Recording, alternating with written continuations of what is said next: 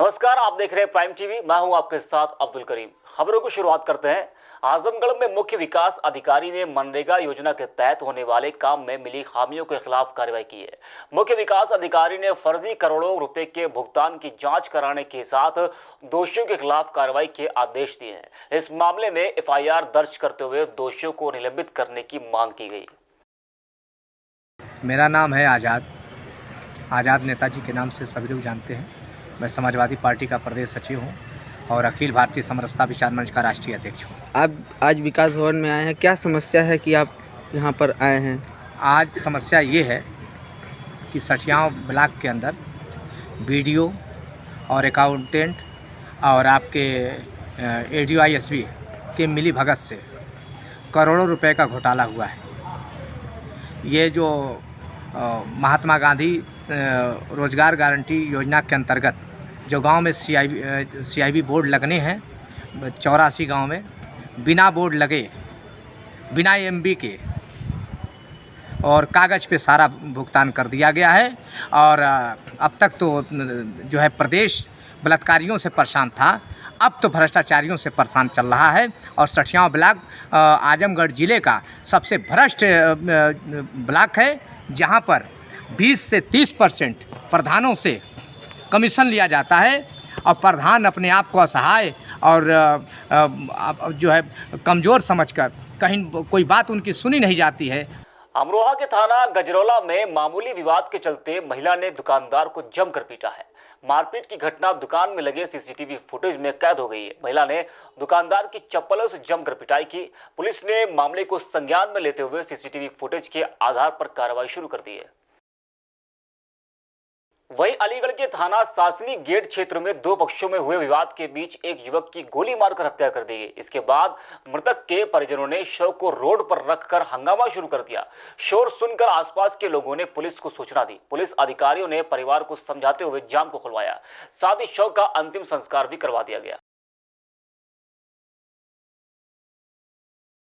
यहाँ पर एक युवक की गोली मारकर हत्या कर दी गई।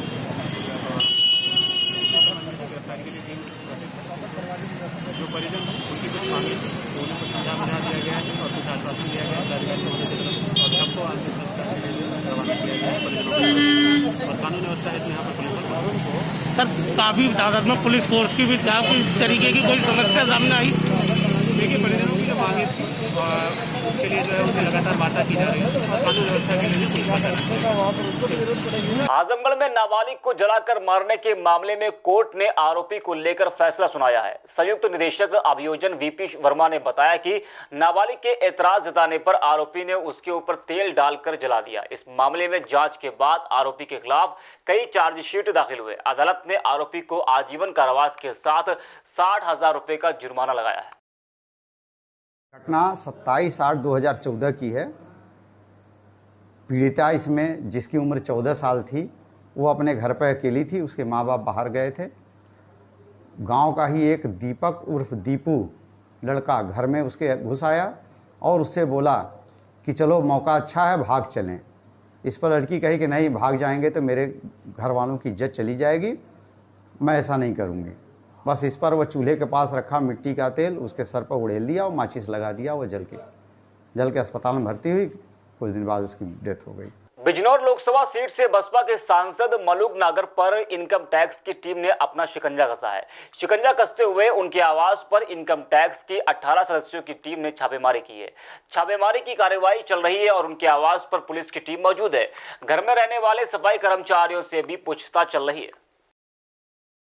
कोरोना के काफी समय बीत जाने के बाद सारा कामकाज नॉर्मल तरीके से शुरू हुआ था कि अब सब्जियों के बढ़ते दामों ने लोगों की परेशानी बढ़ा दी है। फर्रुखाबाद में आलू की कीमतों में लगातार इजाफा हो रहा है। यहाँ के बाजारों में आलू फुटकर में 35 रुपए से लेकर 40 रुपए तक बिक रहा है। वहीं दाल के थोक व्यापारियों का कहना है कि पिछले साल के मुकाबले इस बार दालों की फसल काफी कम हुई है। इस बार दालों की फसल लॉकडाउन का शिकार हो गई है। क्या लेने आई हैं आप? सब्जी क्या सस्ती है कि महंगी? सस्ती है, सब्जी है तो महंगी। यहाँ देख लो खर्चा आता भैया 1 किलो ले भैया 40 रुपया में आलू है, कांद का 10 रुपया 15 रुपया में, अब 40 रुपया किलो आलू। तुरई, भिंडी, ये सब टमाटर? भिंडी 30 रुपया में है, बैगन 20 रुपया में है, घुइया 30 रुपया में है, प्याज 60 रुपया में, 70 रुपया में है। तो कहीं ना कहीं इससे बजट बिगड़ रहा है आपका? हाँ, अब बिल्कुल बजट तो बिगड़ गई। महंगाई जा है, काम आदमी करना ही पा रहे हैं। लॉकडाउन में तो वो बैठे रहे 3-4 महीना। अब जो काम कर रहा है तो भाई जैसो खर्चा है, किलो भरे खर्चा है, आधा किलो ले जात मजबूरी मेरे आगे लेन पड़ी है। कानपुर के चकेरी थाना में पुलिस पर एक तरफा कार्रवाई करने का आरोप लगाते हुए लोगों ने शव को रखकर प्रदर्शन किया। लोगों का कहना है कि पुलिस ने 2 पक्षों में हुए विवाद के बाद सिर्फ एक पक्ष के खिलाफ कार्रवाई की और दूसरे पक्ष के लोगों पर कोई कार्रवाई नहीं। वहीं परिजनों के हंगामे को देखते हुए पुलिस की टीम मौके पर पहुंच गई और पुलिस ने परिवार को कार्रवाई का आश्वासन देते हुए शव को पोस्टमार्टम के लिए भिजवा दिया है। मथुरा के वृंदावन कोतवाली में पुलिस ने एक व्यक्ति की हत्या का खुलासा किया है। पुलिस ने हत्या का खुलासा करते हुए बताया कि परिवार के लोगों ने ही हत्या की और उसके बाद थाने में गुमशुदगी की रिपोर्ट दर्ज करवा दी।